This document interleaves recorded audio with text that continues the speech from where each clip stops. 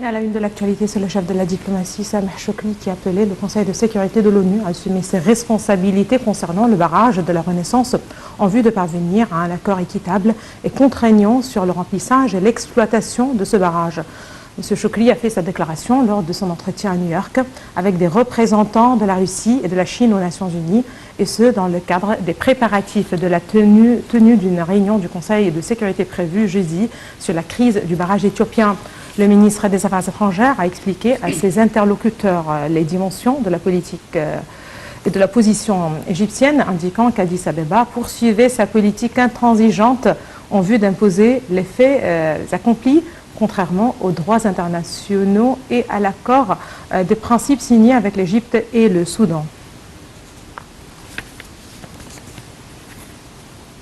L'Égypte et le Soudan ont annoncé leur refus catégorique du second remplissage du barrage éthiopien qui contredit l'accord de principe signé avec l'Éthiopie et les droits internationaux gérant l'exploitation des ressources fluviales transfrontalières.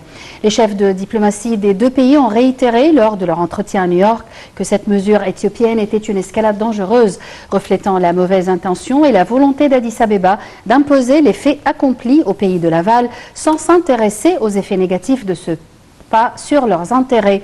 Les ministres égyptiens et soudanais des Affaires étrangères se sont mis d'accord pour poursuivre leurs consultations avec les membres du Conseil de sécurité en vue de parvenir à un accord contraignant sur le remplissage et l'exploitation du barrage, garantissant les intérêts des trois pays et préservant les droits des pays de l'aval.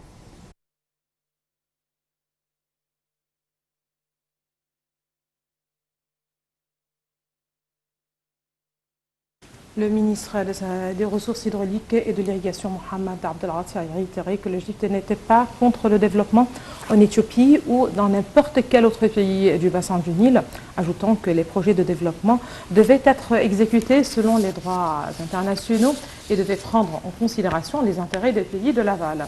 Abdelghati a fait sa déclaration lors d'une réunion tenue via visioconférence avec le directeur du programme de l'ONU pour l'environnement, Inger Anderson. Le ministre des Ressources hydrauliques et de l'irrigation a indiqué que l'Égypte avait en effet aidé les pays du bassin du Nil à construire des barrages, et ce dans le cadre d'accords conclus avec le Caire. Il a passé en revue les défis qu'affronte le secteur hydraulique en Égypte, soulignant que l'Égypte figure parmi les pays souffrant le plus de la sécheresse. Anderson a pour sa part indiqué que le secrétaire général de l'ONU avait déclaré que l'organisation internationale était prête à prendre part aux efforts déployés par l'Union africaine en vue de soutenir la reprise des négociations sur le barrage de la Renaissance.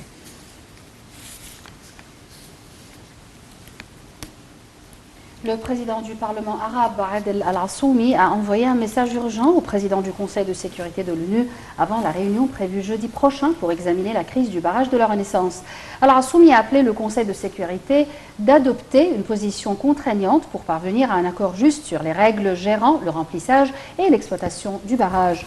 Le président du Parlement arabe a ajouté que le Nil est un fleuve international qui ne doit pas être monopolisé par n'importe quel parti.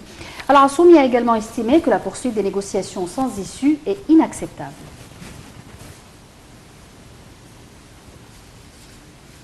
Le Premier ministre Moustapha Madbouli a inspecté aujourd'hui un nombre de projets au gouvernorat d'Assouan. Avant sa visite à Assouan, Dr Madbouli a inspecté les travaux de la restauration de la route des Béliers à Luxor avant la cérémonie de son inauguration. Lors de la tournée, le chef du gouvernement a affirmé la poursuite des efforts déployés par l'État pour la rénovation et la restauration des sites historiques afin de préserver le patrimoine de l'Égypte antique. M. Madbouli a ajouté que le projet de restauration de la route des Béliers représente un des plus importants projets exécutés par l'État visant à faire de Luxor le plus grand musée ouvert au monde.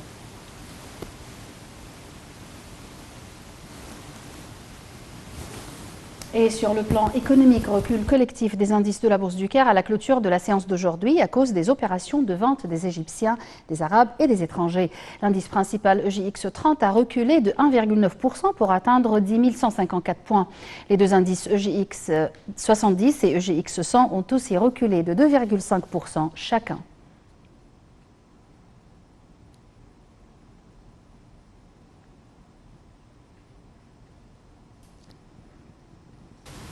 Le Premier ministre démissionnaire libanais Hassan